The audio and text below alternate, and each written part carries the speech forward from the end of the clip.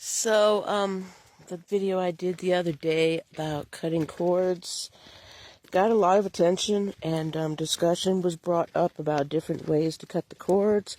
So I told a couple people I'd make a video today actually explaining some of the techniques in more detail, and I have done these videos several times in the past. They're also on YouTube.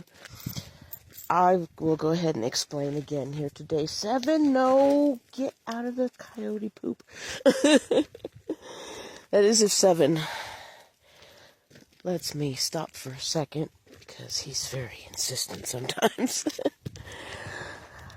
But yeah, so I will explain here now, and after this video I'll make another video with some visual demonstrations. Let's just say that you could actually see me doing some of the practices. So yeah, the first one is the easiest. And remember, I don't know every practice out there available. I know what I've been taught by my teachers. And other cultures and other practices have other ways of doing this as well. Witchcraft has something to do with candles, I'm sure. The Wiccan practices, I should say. And so, go research. If any of these don't feel like they're calling you, go find another way to do it. There are other ways. But the easiest one that I have learned is from one of the Polynesian cultures, and I don't even know which one, to be honest with you. But I think I learned this on YouTube years and years ago. But it worked for me when I tried it, so that's why I'm sharing it with you. And you just, take a second to visualize the person, situation, energy that you need to cut out of your life, and take the time to thank them. It's always important to thank, even if you ended badly. You still learned something from the situation or the person, and you were friends, lovers, whatever, at one time for a reason. They weren't all bad, right? Nobody is.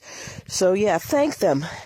And, say, I love you, but I have to let you go for my best interest.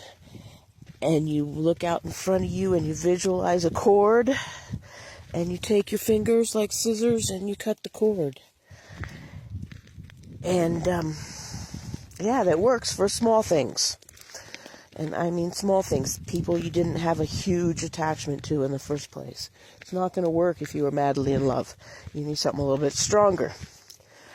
The next method I learned in my path of learning was the Toltec method, the breathing, sorceric breathing.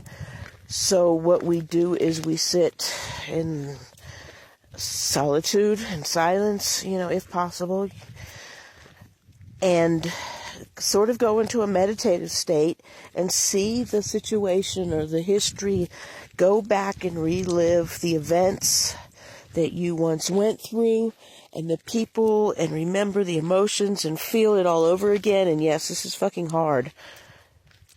This takes time. This takes, the ability to look at shit.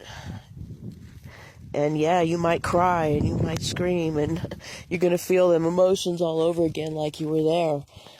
But once you're done reliving the experience, you do a specific breathing technique that cuts the cords, gives them back their energy that you've been holding on to all these years, and retrieves your own energy that they've been getting from you for all these years. This is the most effective method that I know of. This works better than the vortex, to be honest with you. But it is very time consuming. And it's not easy. It's not easy. Actually, there is one method that works better than that. And I'm going to tell you about that one last. Because it's also not easy. But the third method I know of is the vortex. And I put up a video a couple weeks ago explaining the process and showing you how to do it. I will put the link in the description for that, so you can click on it easily. This is also a meditation, and is also reliving memories, but in a much faster manner. This can work for some really strong memories and people, situations, etc. Lost loves, things like that. Just not quite as effective as the Toltec method.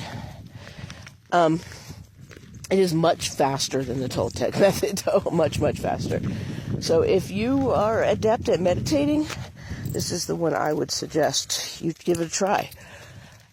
And like I said, the fourth method that I know of and am capable of doing and I know works is to bridge a weapon, a blade, into the dreaming world and use it to cut the actual physical cord. You have to find it in the dreaming world, coming from you, going into wherever, and cut it.